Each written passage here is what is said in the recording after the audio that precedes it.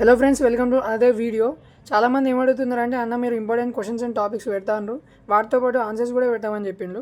అందుకే నేను ప్రతి సబ్జెక్ట్ నేను ఇప్పటివరకు చేసిన అన్ని వీడియోస్ ఉన్నాయి కదా, ఇంపార్టెంట్ వీడియోస్. సో వాటి సబ్జెక్ట్స్లో ఉన్న అన్ని టాపిక్స్ నోట్స్ ఇప్పుడు నేను ప్రొవైడ్ చేద్దాం అనుకుంటున్నా. సో నేను ఫస్ట్ ఇయర్ నుంచి స్టార్ట్ చేద్దాం అనుకున్నా. సో అందుకే అప్లైడ్ ఫిజిక్స్ అనే సబ్జెక్ట్లో ఉన్న ఫస్ట్ పార్ట్, అంటే ఫస్ట్ యూనిట్ ఫస్ట్ పార్ట్ ఈ వీడియోలో పెడతా. సో మనకు దీంట్లో అప్లైడ్ ఫిజిక్స్లో ఫస్ట్ పార్ట్ చూసుకుంటే, ఫస్ట్ యూనిట్ ఏంటిదంటే క్వాంటమ్ ఫిజిక్స్ అండ్ సాలిడ్స్. ఈ క్వాంటమ్ ఫిజిక్స్ అండ్ సాలిడ్స్లో 2 పార్ట్స్ ఉంటాయి. క్వాంటమ్ మెకానిక్స్ ఉంటుంది అండ్ సాలిడ్స్ ఉంటుంది. So this is the syllabus sheet. R22 regulation వాళ్ళకి సిలబస్ షీట్ ఇది. సో ఈ సిలబస్లో ఉన్న టాపిక్సే వస్తాయి మీకు క్వశ్చన్లో, లైక్ ఎగ్జామ్స్లో. సో నేను ప్రతి ఒక్క టాపిక్ చెప్తా. ఇప్పుడు నేను ఈ ఫస్ట్ పార్ట్ చెప్తున్నా, ఈ ఫస్ట్ పార్ట్ ఒకటి చెప్తా ఈ వీడియోలో. Without delay let us start. Introduction to quantum physics. So మనం క్వాంటమ్ ఫిజిక్స్ అంటే ఏంటిదో చూద్దాం. Quantum physics is also known as the quantum mechanics. దాన్ని మనం క్వాంటమ్ మెకానిక్స్ అని కూడా అంటాం. It is a branch of physics that studies about the behaviour of matter and energy. It is also a branch of physics. ఫిజిక్స్లో ఒక branch. ఇది ఏం చెప్తుంది అంటే, లైక్ దాన్ని మనం దేని గురించి చదువుకుంటాం అంటే మ్యాటర్ అండ్ ఎనర్జీ గురించి చదువుకుంటాం. What is matter and energy at the smallest scale, such as atoms and molecules. ఈ మ్యాటర్ అండ్ ఎనర్జీలో కూడా ఆటమ్స్ ఉంటాయి, సబ్ ఆటమిక్ పార్టికల్స్ ఉంటాయి. సో వాటి గురించి మనం ఈ క్వాంటమ్ ఫిజిక్స్లో నేర్చుకుంటాం. సో దీంట్లో మనం క్లాసికల్ ఫిజిక్స్ అంటే క్వాంటమ్ ఫిజిక్సే. Classical physics is dominated by two fundamental concepts. ఒక 2 ఫండమెంటల్ కాన్సెప్ట్స్ మీదనే ఉంటుంది మొత్తం. అవి ఏంటి అంటే మనం ఫస్ట్ వన్ చూసుకుంటే, it is a particle. First is the concept of the particle. It is a distinct entity, అంటే కంటిన్యూస్ పాత్ ఉంటుంది అన్నట్టు. డిస్టింక్ట్ ఎంటిటీ అంటే with position and momentum. Position ఉన్నది, మూమెంటమ్ ఉన్నది, అందుకే దాన్ని మనం కంటిన్యూస్ పాత్ అని అంటాం. Which moves according with Newton's law of motion. So మనం దాన్ని ఫస్ట్ పార్టికల్ అంటాం. ఈ పార్టికల్ అనేది ఫస్ట్ ఫండమెంటల్ కాన్సెప్ట్ అన్నట్టు. సెకండ్ వన్ చూసుకుంటే, the second one is concept of electromagnetic wave. Electromagnetic wave అనేది it is a physical entity with a presence of every point in the space that is provided by the electric and magnetic field, which changes in according to Maxwell law of electromagnetism.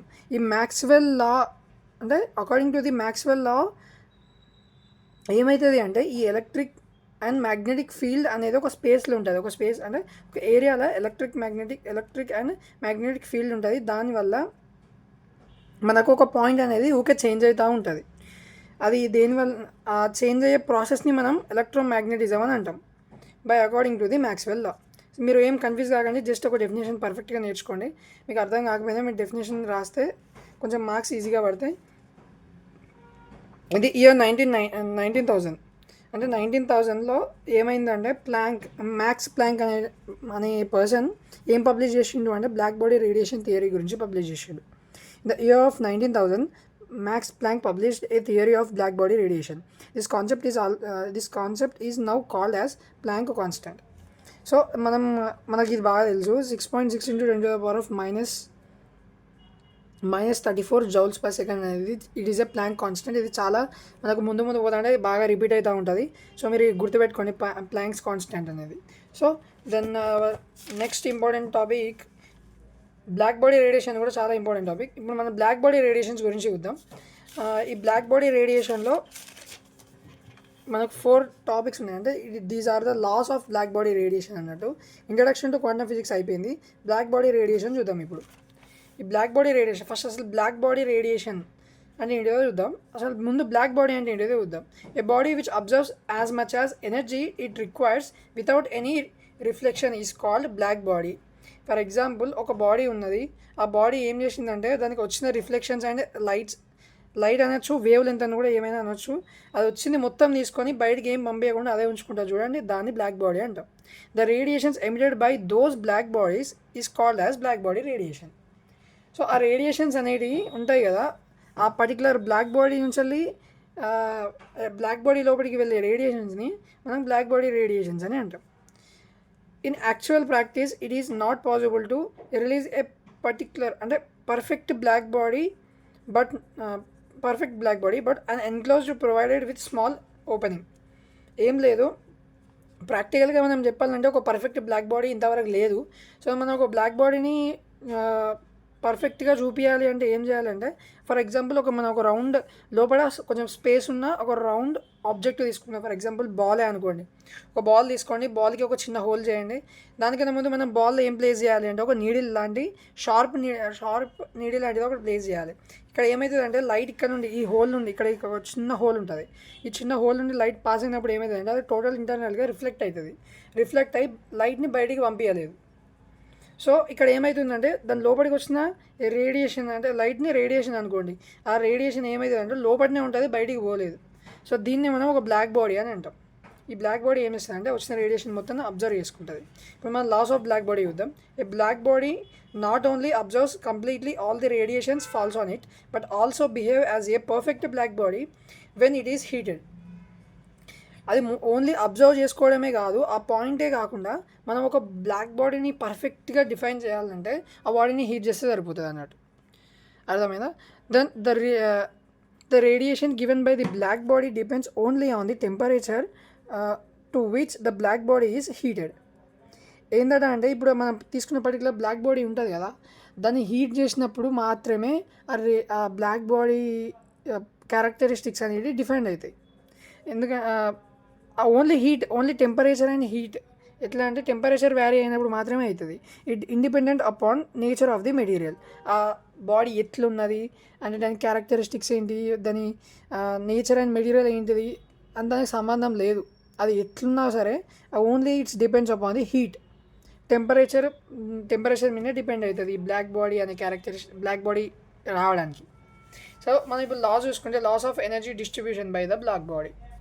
మనం దీంట్లో 4 ఉంటాయి, మన సిలబస్లో 4 ఉన్నాయి. Stephen Boltzmann లా అది ఫస్ట్ది. ఇప్పుడు అది ఏంటిదో చూద్దాం. In 1884 according to the Stephen Boltzmann law, the energy of radiation emits in the unit volume in the space due to all wavelengths in the spectrum is proportional to the absolute temperature. అంటే it's 4th power of temperature. ఏం లేదు, radiation అనేది ఉంటుంది కదా, emit అయిన radiation అనేది ఒక unit వాల్యూమ్లో ఉంటుంది. అంటే పర్టికులర్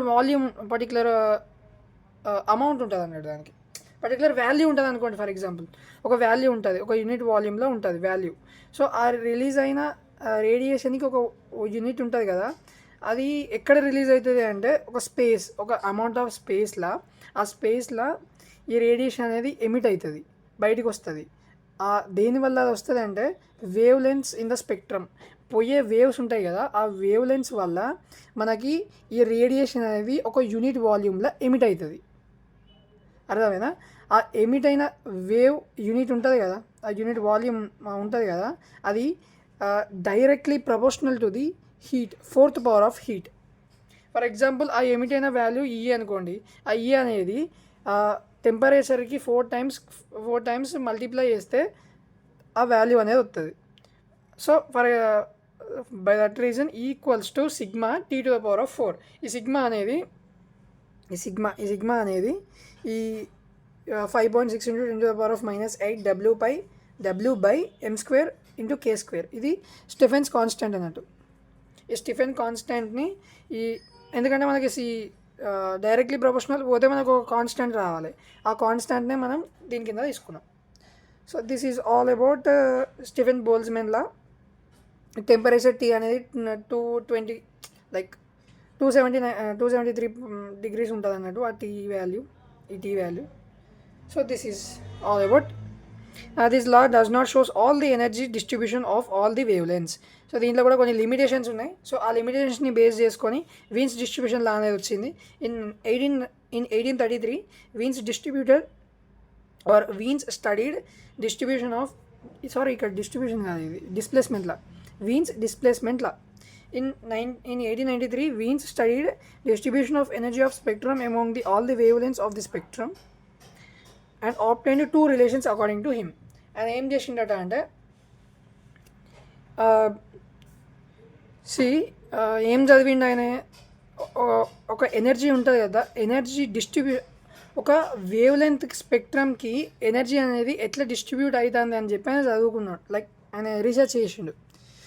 సో అది ఎక్కడ అంటే ఆల్ ది వేవ్ లెంత్స్, ఒక స్పెక్ట్రమ్ ఉన్నది అనుకోండి, ఆ స్పెక్ట్రమ్లో ఉండే ప్రతి ఒక్క వేవ్ లెంత్ గురించి స్టడీ చేసిండు.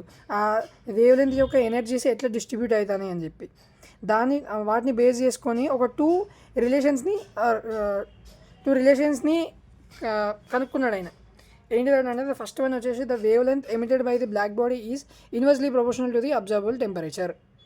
ఏమిటైనా వేవ్ లెంత్ అనేది ఇన్వర్స్లీ ప్రొపోర్షనల్ ఉంటుంది అన్నట్టు టెంపరేచర్కి. సెకండ్ వన్ ఏంటిదంటే ఎమిషన్ పవర్. ఆ వేవ్ లెంత్ ఎమిట్ చేస్తుంది రేడియేషన్స్ని. ఆ ఎమిషన్ పవర్ అనేది బ్లాక్ బాడీకి ఎమిట్ అయిన power is directly proportional to the fifth power of absolute temperature. అంటే ఈ అనేది ఈ ఎమిషన్ పవర్ అనుకోండి, it's directly proportional to tea to the power of 5. అంటే టెంపరేచర్కి 5 times ఎక్కువ ఉంటుంది, డైరెక్ట్లీ ప్రొపోర్షనల్. దీన్ని మనం ఈ టీని తీసుకొచ్చినప్పుడు ఏమవుతుందంటే అది ఇన్వర్స్ అవుతుంది. E into t to the power of -5 equals to constant. The equation 1 and 2 are called as the first and second Wien's displacement law. First లాను సెకండ్ లాని మనం వీన్స్ డిస్ప్లేస్మెంట్ లా అని అంటాం. సో నెక్స్ట్ చూసుకుంటే మనం రైలిన్స్ jeans లా ఉన్నది, are jeans లా అని కూడా అంటాం దీన్ని మనం. ఇన్ 19,000 అనే ఇయర్లో according to Rayleigh's according to him the radiation is broken down into number of monochromatic wave trains. ఈ రేడియేషన్ అనేది number of monochromatic wave trains లాగా డివైడ్ అవుతుంది. సచ్ ట్రైన్స్ ఆర్ అంటే number of such trains between omega and omega plus d omega అన్నట్టు. Mu అని కూడా అంటాం దీన్ని, ఎట్లయినా వాళ్ళకచ్చు. మనం ప్రజెంట్ చేయాలి అక్కడ frequency this omega and omega plus d omega అనే ఫ్రీక్వెన్సీ మధ్యలో ఉంటుంది. The energy carried by the each wave train calculated by the statistical theory and it is given by. ఈ రెండింటి మధ్యలో ట్రావెల్ అయిన ఫ్రీక్వెన్సీస్ ఉంటాయి కదా, వాటిని స్టాటిస్టికల్గా ఎట్లా డినోట్ చేస్తామంటే ఇక్కడ ఈ mu equals to 8 pi mu to the power of 4 kT అన్నట్టు. ఈ ఈక్వేషన్ తోటి మనం రిప్రజెంట్ చేస్తాం. ఈ ఈక్వేషన్ రాయండి, ఈ డెఫినేషన్ రాయండి, ఈ 2 లైన్లు రాయండి, ఈక్వేషన్ రాయండి సరిపోతుంది. Then next let's see about Planck constant అనుకోండి.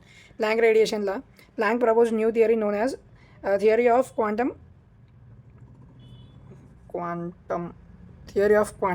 According to Planck's the black body assumes to have following properties. Planck ఇక్కడ దీంట్లో కూడా లిమిటేషన్స్ వచ్చినాయి పైన దాంట్లో కూడా.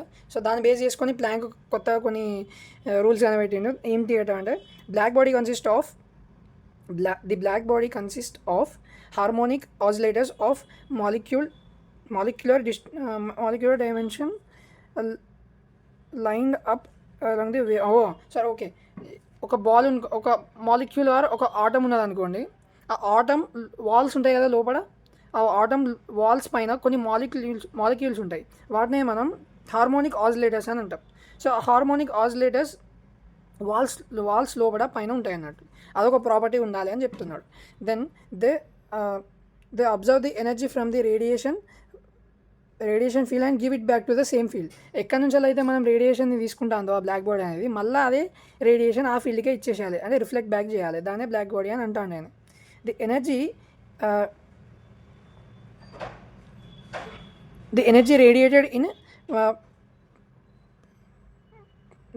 radiated is proportional to the frequency of oscillators.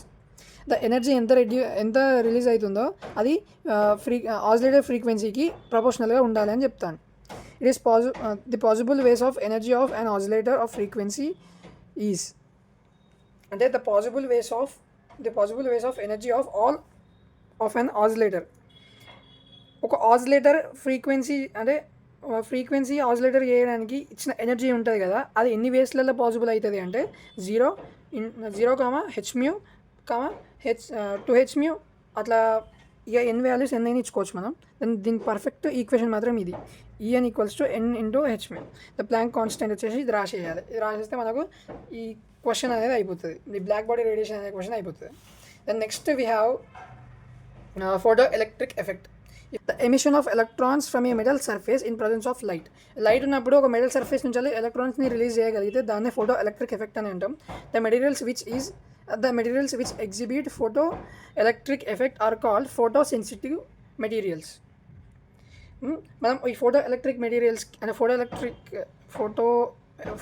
Electric effect చేసే ప్రాసెస్ ఉంటుంది కదా, ఆ ప్రాసెస్లో మనం వాడే మెటీరియల్స్ని ఫోటో సెన్సిటివ్ మెటీరియల్స్ అని అంటాం. The emitted electrons are called photo electrons. మనం లైట్ ఇచ్చినప్పుడు ఆ మెటల్ నుంచి కొన్ని ఎలక్ట్రాన్స్ రిలీజ్ అవుతాయి కదా, వాటిని మనం ఫోటో ఎలక్ట్రాన్స్ అని అంటాం. The effect was observed by Heinrich hertz HRTZ in 1887. To ఈ 1887లో ఈ ఫోటో ఎలక్ట్రిక్ ఎఫెక్ట్ అనేది స్టడీ చేసిండు. To study the photo electric effect, the photo sensitive materials is made by the cathode of vacuum tube and it is connected as a circuit as shown in the figure. ఇక్కడ ఏం చేసిండట అంటే ఇక్కడ ఇదొక metal ఈ రెండు metals ఉంటాయి కదా, ఈ మెటల్ నుంచి ఎలక్ట్రాన్స్ అనేవి ఎమిట్ అవుతూ ఉంటాయి. దీంట్లో ఒకటి క్యాథోడ్ ఒకటి యానోడ్. ఇట్లా క్యాథోడ్ యానోడ్ లాగా కనెక్ట్ చేసి పెట్టిండు. ఈ జీ అనేది ఏమో ఈ వాక్యూమ్ ట్యూబ్ అన్నట్టు. లైట్ నుంచి ఇట్లా లైట్ పడినప్పుడు ఏమవుతుందంటే ఈ మెటల్ నుంచి ఎలక్ట్రాన్స్ అనేవి రిలీజ్ అవుతూ ఉంటాయి. సో ఈ సర్క్యూట్ని డ్రా చేయండి. సర్క్యూట్ డ్రా చేస్తే మీకు అర్థమవుతుంది. చూడండి, మంచిగా చూపెడతాను. సర్క్యూట్ డ్రా చేస్తే అర్థమవుతుంది. ఏం లేదు, మనం దీంట్లో మొత్తం సర్క్యూట్ని ఎక్స్ప్లెయిన్ చేయాలి. The vacuum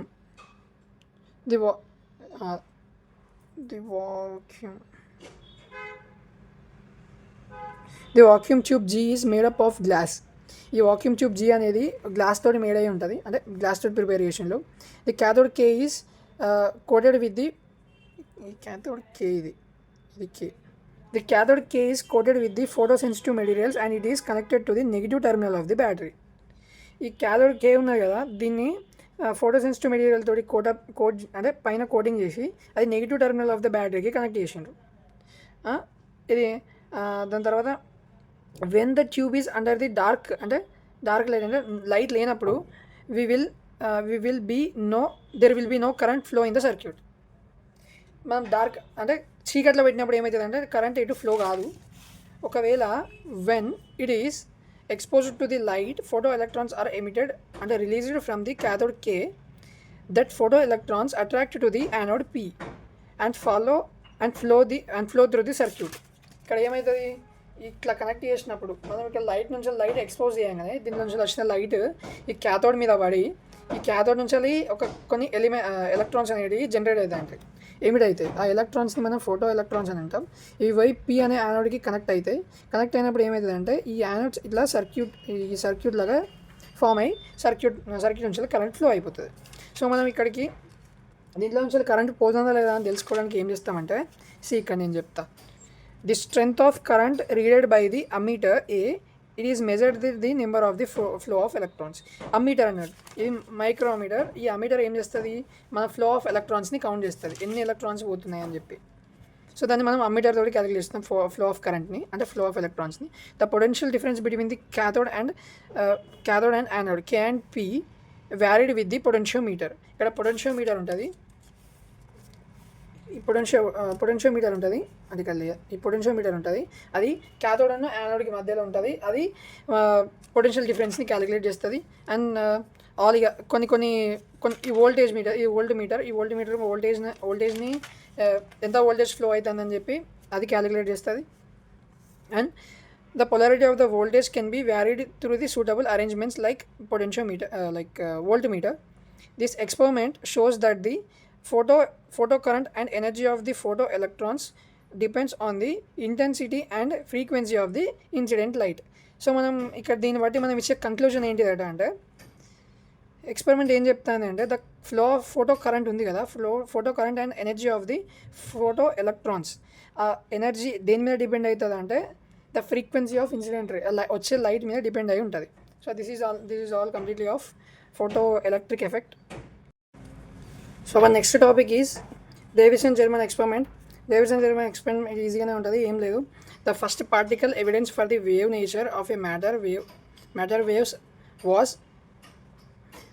was discovered by J.C. Davisson and L.H. Germer in 1927. అంటే ఆ particle evidence of a wave length దాన్ని ఎవరు కనిపెట్టిల్లు అంటే వీళ్ళిద్దరు కలిసి కనిపెట్టిల్లు, Davidson and Germer. So this was the first experiment supported to the de Broglie's హైపోథెసిస్ని సపోర్ట్ చేస్తూ ఫస్ట్ ఎక్స్పెరిమెంట్ అన్నట్టు ఇది. దీనికి ప్రిన్సిపల్ ఏంటిదంటే the electron beam can undergoes diffraction when passes through the atomic crystal. ఒక అటామిక్ క్రిస్టల్ నుంచి అది pass అయినప్పుడు ఒక ఎలక్ట్రాన్ బీమ్ అనేది డిఫ్రాక్ట్ అవుతుంది. సో దాన్ని మనం ప్రూవ్ చేయాలి. ఎట్లా అంటే ఫస్ట్ ఒక కన్స్ట్రక్షన్ చూద్దాం. కన్స్ట్రక్షన్ అంటే డయాగ్రామ్ ఉంటుంది కింద. కన్స్ట్రక్షన్కి ఏమేమి కావాలి?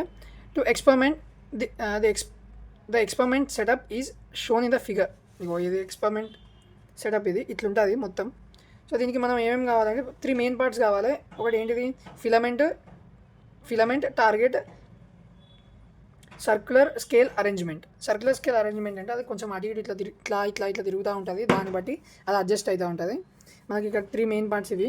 ఈ 3 మెయిన్ పార్ట్స్ దీంట్లో it is also consist of low tension battery, high tension battery ఉంటుంది, ఒక సిలిండర్ ఉంటుంది. వీటిని యూజ్ చేసుకుంటే మనం ఒక సర్క్యూట్ డ్రా చేసినాం. ఎట్లా అంటే మొత్తం ఈ సర్క్యూట్లోనే ఉంటుంది వర్కింగ్ కూడా. ఇగో ఇక్కడ మనం హెచ్టీబీ అంటే హై టెన్షన్ బ్యాటరీ, ఇక్కడ మనం బ్యాటరీ కనెక్ట్ చేసినాం. ఇక్కడ ఎల్టీబీ లో టెన్షన్ బ్యాటరీ కనెక్ట్ చేసినాం. ఓకే, నౌ ఇది అనేది ఏంటిదంటే మూవబుల్ కలెక్టర్. ఇంతకుముందు చెప్పినాం కదా ఇట్లా కొంచెం సర్క్యులర్ స్కేల్ అరేంజ్మెంట్, ఇట్లా అటు ఇటు తిరుగుతూ ఉంటుంది. ఇదేమో ఎలక్ట్రాన్ బీమ్, ఇక్కడ నుంచి ఇట్లా ఎలక్ట్రాన్ బీమ్ వెళ్తూ ఉంటుంది. ఇదేమో నికిల్ టార్గెట్ అన్నట్టు.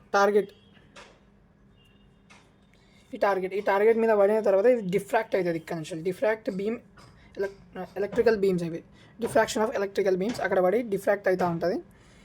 ఓకే, ఇవన్నీ చిన్న చిన్న కనెక్షన్స్, సర్క్యూట్ కనెక్షన్స్. ఈ డయాగ్రామ్ మొత్తం పర్ఫెక్ట్గా నేర్చుకోండి. ఇప్పుడు మనం వర్కింగ్ చూద్దాం.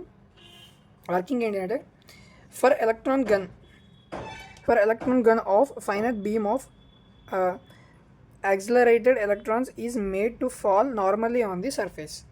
సో ఇట్లా ఒక కండక్టర్ నుంచి అంటే దీంట్లో నుంచి పాస్ అవ్వకుండా పోయి ఎలక్ట్రాన్స్ అనేది ఒక టార్గెట్ మీద పడతాయి, ఒక నార్మల్ సర్ఫేస్ మీద పడతాయి. పడ్డ తర్వాత ఏమవుతుందంటే అక్కడి నుంచి పడిన తర్వాత the atoms of the crystals scatter the incident electrons in different directions. దాని మీద పడంగానే అది ఏమవుతుందంటే వచ్చిన ఇన్సిడెంట్ రే అనేది ఒక డిఫరెంట్ వేస్లా డిఫ్రాక్ట్ చేస్తుంది. అంటే ఫర్ ఎగ్జాంపుల్ ఒక బాంబు పేలినప్పుడు ఏమవుతుందంటే ఆ పార్టికల్స్ అనేవి డిఫరెంట్ డైరెక్షన్స్లో ఎట్లా పోతాయో దానికి ఈ క్రిస్టల్కి హిట్ అయ్యి ఆ బీమ్ అనేది డిఫరెంట్ డైరెక్షన్స్లో పోతుంది. దాని తర్వాత the detector detects the intensity of the electron beam scattered in the particular direction by rotating the electron detector on the circular scale of the different positions. ఇక్కడ ఇది ఉంటుంది కదా, సర్క్యులర్ స్కేల్ ఉంది కదా, సర్క్యులర్ స్కేల్ అనేది ఇట్లా for example అది ఇట్లా ఉంది, అది ఇటు ఇట్లా తిరుక్కుంటే ఏమవుతుందంటే ఆ వచ్చిన ఇన్సిడెంట్ రేస్ని పర్ఫెక్ట్ యాంగిల్లా క్యాప్చర్ చేస్తుంది. ఆ పర్ఫెక్ట్ యాంగిల్స్ ఈ ఎడ్జ్ టు ఎడ్జ్ ఎక్కడ మ్యాచ్ అవుతున్నాయో చూసి ఏం చేస్తుందంటే మనకు కావాల్సిన టార్గెట్ని డిటెక్ట్ చేస్తుంది, మనకు కావాల్సిన అవుట్పుట్ని డిటెక్ట్ చేస్తుంది. ఈ డెఫినేషన్ గుర్తుపెట్టుకొని the graph between the scattering angle pi and the number of scattered electrons. So number of scattered electrons ఇక్కడ ఇదేమో ఇటు, ఇదేమో పై, ఇదేమో యాంగిల్. సో ఈ గ్రాఫ్ అనేది ఇట్లా ఉంటుంది. Calculation of wavelength associated with electrons is 2d sin theta equals to n omega n mu. ఇది ఒక ఈక్వేషన్ రాయండి, ఇది కూడా ఏం కాదు. ఇవి చిన్న చిన్న క్యాలిక్యులేషన్స్, ఇవి గుర్తుపెట్టుకోండి. మీ ఇష్టం పెట్టుకోండి లేకపోతే లేదు. ఇక్కడ వరకు మెయిన్గా రాస్తే సరిపోతుంది. ఇక్కడ నుండి ఇదంతా ఎక్స్ప్లెయిన్ చేస్తే రాస్తే అయిపోతుంది. బట్ కొన్ని మనకి ప్రాబ్లమ్స్ కూడా అడుగుతూ ఉంటారు ఈ ఫిజిక్స్లో. దానికి ఇవి యాంగిల్ ఆఫ్ డీవియేషన్ ఒకటి, from D Broglie wave length ఒకటి, ఇవి చిన్నవి. ఇవి కొంచెం గుర్తుపెట్టుకుంటే రాస్తే రాయండి, ఏం కాదు. Then next we have Heisenberg uncertainty principle. మనం ఇప్పుడు హైజెన్బర్గ్ అన్సర్టెనిటీ ప్రిన్సిపల్ గురించి చూద్దాం. It was discovered in 1927 by Werner Heisenberg. He is a German physicist. So according to him it is impossible to know both exact position and exact momentum of a body at same time. So position and momentum, ఒక బాడీకి position and momentum అనేది ఒకటే టైంలో మనం కనుక్కోలేము. So దానివల్ల ఆయన ఇచ్చిన theory ఏంటిదంటే if delta x and delta x అనేది మూమెంటమ్ అనుకుంటే డెల్టా పి అనేది పొజిషన్ అనుకోండి, సారీ రివర్స్ అనుకున్నా ఏం కాదు. These are two uncertainties in position and momentum measurement. According to Heisen the product delta x and delta p always greater than the Planck's constant. ఆయన ఏం చెప్తున్నాడంటే ఈ delta x and delta p అనేది there is అంటే అది రెండు అనేటివి ఎప్పుడైనా ఆల్వేస్ ప్లాంక్ కాన్స్టెంట్ కన్నా ఎక్కువనే ఉంటాయని చెప్తున్నాను. అండ్ సి అని చెప్పింది ఇది ది ప్రోడక్ట్ అంటే ఈ రెండింటిని ప్రోడక్ట్ మొమెంటమ్ని ఉన్న పొజిషన్ని క్యాలిక్యులేట్ రెండింటిని ప్రోడక్ట్ చేస్తే దిస్ ఈజ్ ప్లాంక్ కాన్స్టెంట్ హెచ్మ్యూ అంటే హెచ్ఏ దాన్ని అట్లా కూడా రాయొచ్చు. సో దానికంటే ఇది ఎక్కువ ఉంటుందని చెప్తున్నాడు. ఇక్కడ మనకు హెచ్ అంటే ఏంటిది, H is nothing but h/4π. So దాన్ని ఇక్కడ సబ్స్టిట్యూట్ చేసినాం. Let delta E and delta T are respectively uncertainties in measurement of energy and time. Delta E అనేది ఇది E అంటేనేమో ఎనర్జీ, డెల్టా T అంటేనేమో time. Then according to the Heisenberg uncertainty principle delta E, delta T అనేవి కూడా planks constant కన్నా ఎక్కువనే ఉండాలి కదా.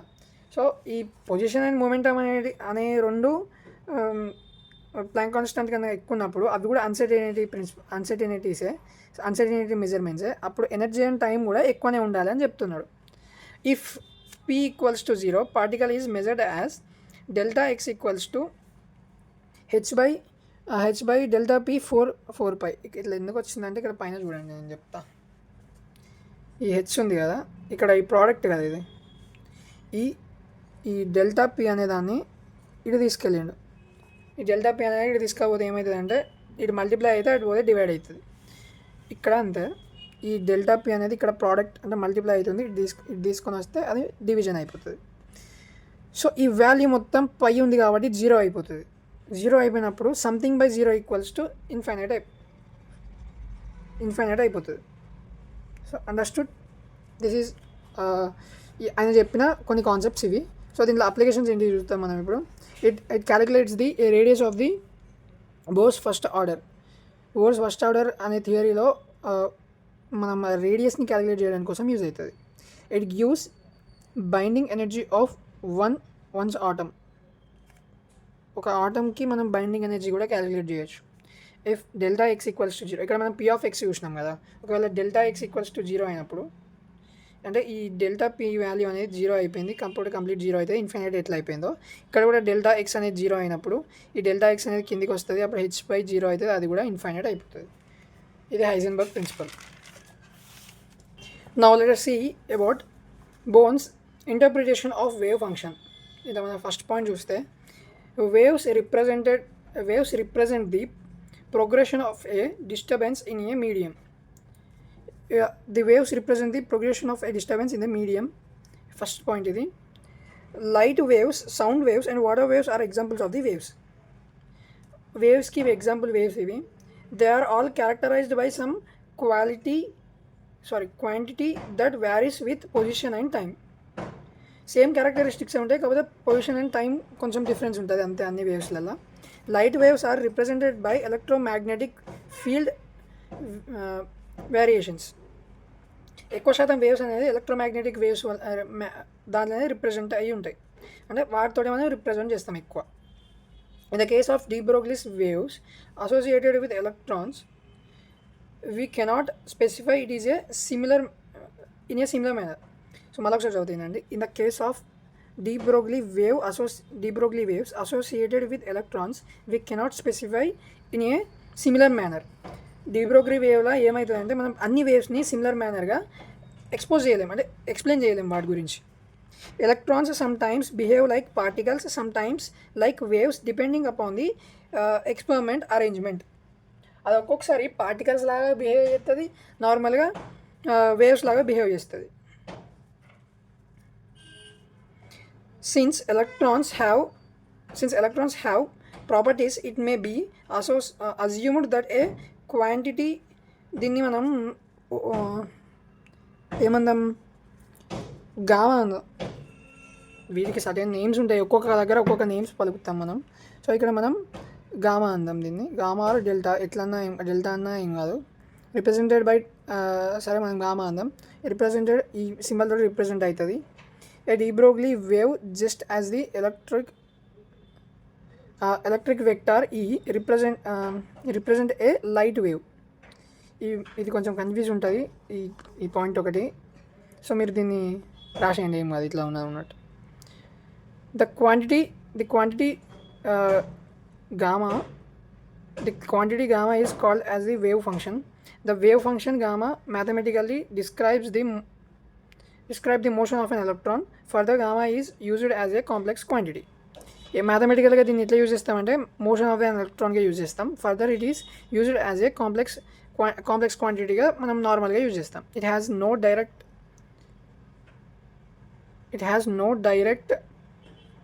Direct physical meaning as it is not as a observable quantity. Significance ఉండదు అన్నట్టు, దీనికి ఒక సిగ్నిఫికెన్స్ అనేది ఉండదు. So this is all about this question. Our next topic is Schrödinger wave equation. Schrödinger describes the nature of the particle in mathematical form is known as a Schrödinger wave equation. Schrödinger wave equation అంటే ఈ Schrödinger అనేవాడు particle నేచర్ని ఒక mathematical ఫామ్లా ఈక్వేషన్లో రాసిండు. So అవి 2 types ఉంటాయి. Schrödinger time independent ఉంటుంది, Schrödinger time dependent ఉంటుంది. సో మన సిలబస్లో ఓన్లీ టైం ఇండిపెండెంటే ఉన్నది. దాని గురించి మాత్రమే చూద్దాం ఇప్పుడు. To define an expression for STIWE అంటే Schrödinger time independent wave function or wave equation. Let us consider a electron moving along a positive direction of an axis. For example, ఒక axis లా positive direction side x axis positive direction side or positive axis side ఒక electron అనేది move అవుతుంది. Let x, y, z are the coordinates of the particle and this omega is the wave function or wave displacement of the matter wave at any time. సో t అనేది time అనుకోవాలి, ఇదేమో wave function అనుకోవాలి, omega అనేదేమో t ఏమో time అనుకోవాలి. Then we assume this omega can be expressed classical differentiation wave function of particle in 3D. Okay, మనం ఈ ఒమేగాని ఒక పార్టికల్ ఆర్ క్లాసికల్ డిఫరెన్షియేషన్ చేస్తే, ఈ పార్టికల్ డిఫరెన్షియేషన్ 3Dలో చేస్తే మనకు ఒక ఈక్వేషన్ వస్తుంది. అది ∂2 ఒమేగా బై ∂t². సో ఇది మనకు డిఫరెన్షియేషన్స్లో ఉంటుంది. సో ఇట్లా ఈ ఈక్వేషన్ వస్తుంది. దీన్ని సాల్వ్ చేస్తే అంటే ఈ ఈక్వేషన్ని మనం రీరైట్ చేస్తే మనకు లాస్ట్కి ఒక ఈక్వేషన్ వస్తుంది.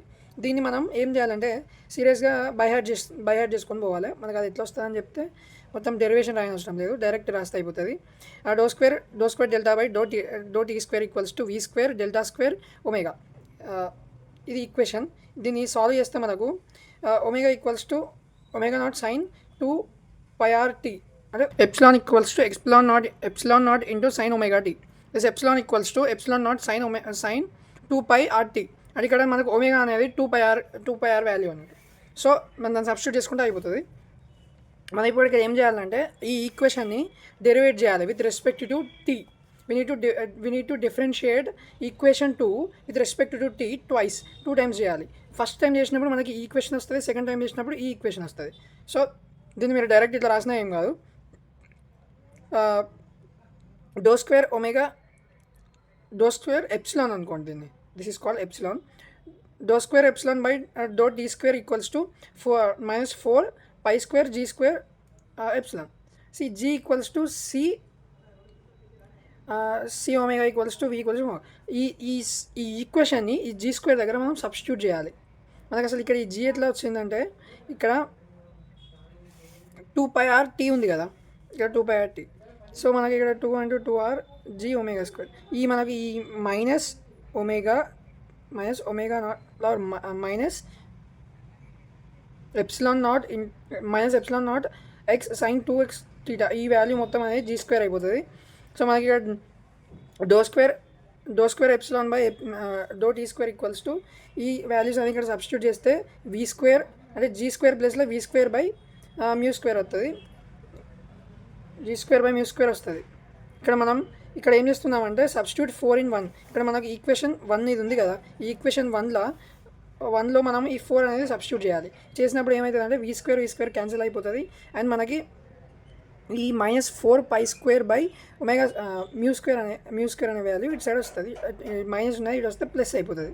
According to de Broglie wave length h/p equals to h/mv అంటే μ equals to p equals to h/mv. అంటే ఇక్కడ μ ప్లేస్లో మనం ఏం చేయాలి సబ్స్టిట్యూట్ చేయాలి. ఈ hp కదా, ఈ p ప్లేస్లో ఇది సబ్స్టిట్యూట్ చేయాలి. ఇది సబ్స్టిట్యూట్ చేసినప్పుడు మనకు ఇక్కడ m² v² అనేది పైకి వెళ్ళిపోతుంది. ఇక్కడ ఇటు సైడ్ వచ్చినప్పుడు ఇక్కడ మల్టిప్లై అవుతుంది కాబట్టి ఇది పైకి వెళ్ళిపోతుంది. పైకి వెళ్ళిపోయినప్పుడు మనకి ఈ ఈక్వేషన్ వస్తుంది. ఈక్వేషన్ మీకు అర్థం కాకపోతే ఉన్నట్టు బై హార్ట్ చేయండి సరిపోతుంది. బై హార్ట్ చేసినా కూడా మీకు బై హార్ట్ చేసి ఎగ్జామ్లో రాసేయండి. ఒకవేళ అర్థం కాకపోతే మ్యాక్సిమం ఈజీగానే ఉంటుంది. సో ఇక్కడ మనం ఏం చేసినాం నెక్స్ట్ సబ్స్టిట్యూట్ ఈక్వేషన్ 6ని 5లో సబ్స్టిట్యూట్ చేసినాం.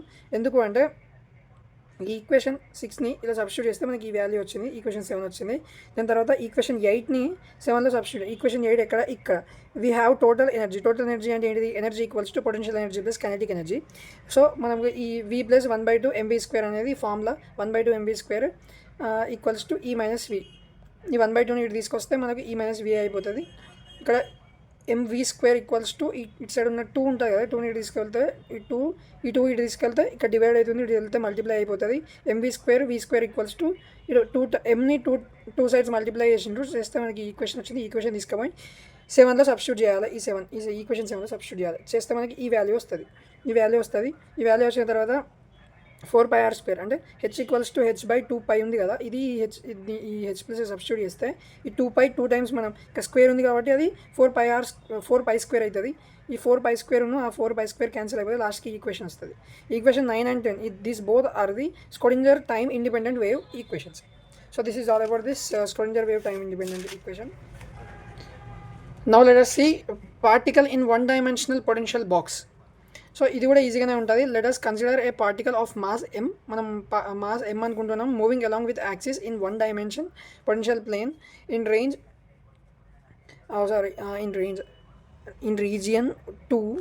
region 2 x varies from x equals to 0 to L. So ఈ రీజియన్ 2లో x ఈక్వల్స్ టు 0 నుంచి వెళ్ళి Lకి రేంజ్ అవుతుంది, అంటే h0 నుంచి వెళ్ళి Lకి పోతుంది. And then in range 1 x varies from x equals to L to x equals to infinite. So 0 to 0 or L to infinite అంటే L నుండి 0కి పోవచ్చు అండ్ ఇన్ఫినిట్కి పోవచ్చు. x ఈక్వల్స్ టు L ఒకటి and x equals to 0 or x equals to infinite. ఇటు పోవచ్చు. ఇది 1లో. నేను చెప్పింది 0 to L అనేదేమో 2లో. సో దీని బౌండరీ కండిషన్స్ ఏంటి అంటే potential energy of particle is given by v of x equals to 0 for ఎప్పుడు x వాల్యూ అనేది 0 అండ్ L మధ్యలో ఉన్నప్పుడు. x వాల్యూ 0 అండ్ L మధ్యలో ఉన్నప్పుడు v of x equals to 0 అంటే x0 less than x less than L. Okay, ఇది కూడా okay. But ఇక్కడ ఏంటంటే L వాల్యూ గ్రేటర్ ఉంటుంది. ఒకవేళ x ఈక్వల్స్ టు ఇన్ఫినిట్ అయినప్పుడు ఇక్కడ g వాల్యూ L కన్నా తక్కువ ఉంటుంది. ఈ L వాల్యూ తక్కువ ఉంటుంది 0 కన్నా. Substitute v of x equals to 0 in స్క్రోడింజర్ wave equation. మనం ఇంతకుముందు మనం చూసిన స్క్రోడింజర్ వేవ్ ఈక్వేషన్ ఉంది కదా, ఈ ఈక్వేషన్లో ఈ సబ్స్టిట్యూట్ చేయమని అంటున్నారు. సబ్స్టిట్యూట్ చేసినప్పుడు మనకు 2πr/m/h వస్తుంది. సేమ్ పాతయే, సేమ్ అవే దీనిలో సబ్స్టిట్యూట్ చేసుకుంటూ వెళ్ళాలి. సబ్స్టిట్యూట్ చేసుకుంటూ వెళ్తున్న తర్వాత మనకు v వస్తుంది. v వాల్యూ వచ్చేసి ఎంత 0. ఈ 0 వాల్యూ ఇక్కడ పెట్టుకోవాలి, అంతా సేమే. ఈ 0 వాల్యూ ఇక్కడ పెట్టుకున్నప్పుడు ఇది ఆబ్వియస్లీ ఈ అయిపోతుంది. ఈ అయిపోయినప్పుడు k² equals to 8π² m into e²/h². ఇది మనకు k² వాల్యూ. ఈ k² వాల్యూ మనం ఈ k² వాల్యూ ఇది వచ్చింది కదా, దీన్ని ఏం చేయాలి అంటే ఇక్కడ సబ్స్టిట్యూట్ చేయాలి. అంటే ఇది మొత్తాన్ని మనం k² లాగా కన్వర్ట్ చేసుకొని రాసుకోవాలి ఈ వాల్యూ మొత్తాన్ని. అప్పుడు మనం ఆన్ సాల్వింగ్ ఈక్వేషన్ 3ని సాల్వ్ చేస్తే మనకు ωx equals to a sin kx plus b cos kx అయిపోతుంది. ఈ మొత్తం ట్రిగ్నోమెట్రీ రేషియోస్ లాగా మారిపోతాయి. అప్పుడు from equation 3 ωx equals to 0 and x equals to 0, b equals to 0. By substituting b equals to 0 ωx equals to a sin kx. So ఇక్కడ మనం ఏం చేస్తున్నామంటే ఇక్కడ b ఈక్వల్స్ టు 0 అంటే ఇక్కడ ఈ b వాల్యూ 0 అయినప్పుడు ఇది మొత్తం 0 అయిపోతుంది. అప్పుడు మనకు మిగిలేది ఏంటిది, a sin kx ఒకటే మిగులుతుంది b ఈక్వల్స్ టు 0 అయినప్పుడు. సో ఆ b equals to a sin kx అనేది ఇది ఒకటి తీసుకున్నాం. Now omega of x equals to 0 అయినప్పుడు and x equals to L అయినప్పుడు ఈ కండిషన్ తీసుకొని చేస్తే మనకు ఇక్కడ మనం ఇది L కదా, ఇది L వాల్యూ అనేది x వాల్యూ అనేది L అయిపోయింది అండ్ ఒమేగా x అనేది 0 అయిపోయింది. అప్పుడు 0 equals to a sin kL అయిపోయింది. ఇది మొత్తం 0 అయిపోతుంది. అప్పుడు ఇది మొత్తం 0 అయిపోయినప్పుడు ఈ a వాల్యూ ఈక్వల్స్ టు ఈ sin kL అనేది ఇటు సైడ్ పంపించినాం మనం. ఇటు సైడ్ పంపించినప్పుడు ఇది కూడా మొత్తం 0 అయిపోతుంది. అప్పుడు a వాల్యూ ఏమైంది, 0 అయిపోయింది. ఇప్పుడు ఈ sin kL ఒకటి తీసుకుందాం. ఈ sin kL equals to sin nπ అనుకుంటే sin గెట్ క్యాన్సిల్ అయిపోతుంది. kL ఈక్వల్స్ టు nπ అయిపోతుంది. Now k equals to nπ/L అయిపోతుంది. Now k² equals to n²π² L². Both sides మనం స్క్వేర్ చేసినాం. ఎందుకు మనం ఇదంతా చేస్తున్నామంటే మనకు ఇక్కడ రిక్వైర్డ్ వాల్యూ ఉంది కదా, ఈ వాల్యూ వచ్చే వరకు మనం చేయాలి. So so both side square చేసినాం, పై స్క్వేర్ క్యాన్సిల్ అయిపోయింది. అయిపోయిన తర్వాత ఈ వాల్యూ ఈని ఒక్కటి ఇక్కడ ఉంచి ఈ ఎంని అండ్ హెచ్ స్క్వేర్ని తీసుకుపోయినాం. ఇక్కడ హెచ్ స్క్వేర్ తీసుకపోతే మల్టిప్లై అవుతుంది, ఎం డివైడ్ అవుతుంది, 8 కూడా అటే వెళ్ళిపోతుంది. Equals to n square H square by 8 ml square అయిపోయింది. సో ఫర్ n ఇక్కడ మనం n వాల్యూస్ పెడతాం. n ఈక్వల్స్ టు 1 అయినప్పుడు H square by 8 ml square అయిపోతుంది. n ఈక్వల్స్ టు 2 అయినప్పుడు H square by 8 ml square అయిపోతుంది. హెచ్ ఈక్వల్స్ టు 3 అయినప్పుడు ఏమవుతుంది, ఇక్కడ 1 ఉండే ఇక్కడ 4 అయింది. ఇట్లా మనం ఇట్లా పెంచుకుంటూ అంటే పెరుక్కుంటూ వెళ్తూ ఉంటుంది. దెన్ ఇది ఇక్కడ దాకా అయిపోయిన తర్వాత finding position on normalisation condition. Normalisation కండిషన్లో పొజిషన్ ఎక్కడ ఉంటుందో మనం చూడాలి. ఇప్పుడు దానికి ఇంటిగ్రేషన్ ఆఫ్ L to 0 కదా, ఇక్కడ ఇంటిగ్రేషన్ L to 0 1 డైమెన్షన్. ఇప్పుడు 1 అయిపోయింది, రీజియన్ 2 అయిపోయింది, ఇప్పుడు 1 చూస్తున్నాం. L to 0లో మనకు ఇప్పుడు omega x varies from L to 0 equals to 1. దీన్ని ఇంటిగ్రేషన్ చేస్తున్నాం, a square sine square n pi x by l dx equals to 1 అన్నట్టు. On solving this we get, అంటే ఇది మొత్తం సాల్వ్ చేయాలంటే మనకు పెద్ద ప్రాసెస్ అయిపోతుంది కాబట్టి డైరెక్ట్ వేసుకున్నాం. మనకు a స్క్వేర్ బై 2l వచ్చేసింది. Now a square equals to 2 by l, ఇది a equals to √2 by l. So this is the normalisation condition. దీనికి ఒక చిన్న డయాగ్రామ్ ఉంటుంది. సో దీని వేవ్ ఫంక్షన్స్ చెప్పడానికి ఏం లేదు. ఫస్ట్ లెవెల్లో డైరెక్ట్ గ్రాఫ్ ఒక పాయింట్ నుంచి ఇంకో పాయింట్కి పోతుంది. సెకండ్ లెవెల్లో ఏమవుతుంది అంటే 2 times స్ప్లిట్ అవుతుంది. థర్డ్ దాంట్లో 3 times, ఫోర్త్ దాంట్లో 4 times ఇట్లా పెరుగుకుంటూ వెళ్తూ ఉంటుంది. So these are the values. ఇక్కడ మనం 1 అప్పుడు హెచ్ స్క్వేర్ బై 8 ml 2 అని ఉన్నది. ఈ 2 అయినప్పుడు 4 E1 ఉంటుంది, 9 E1 ఉంటుంది, 16 E1 అట్లా. ఇక్కడ నేను చెప్పిన కదా వాల్యూస్, ఇట్లా ఈ వాల్యూస్ పెరుగుకుంటూ వెళ్తూ ఉంటాయి. So this is all about totally first part. మనకు అప్లైడ్ ఫిజిక్స్లో ఉన్న ఫస్ట్ పార్ట్ మొత్తం అయిపోయింది. ఇప్పుడు ఈ క్వాంటమ్ మెకానిక్స్ అనే పార్ట్ మొత్తం అయిపోయింది. సో నేను నెక్స్ట్ వీడియోలో సాలిడ్స్ గురించి చెప్తాను. So that's all in this video. Don't forget to subscribe to our channel. Thank you for watching.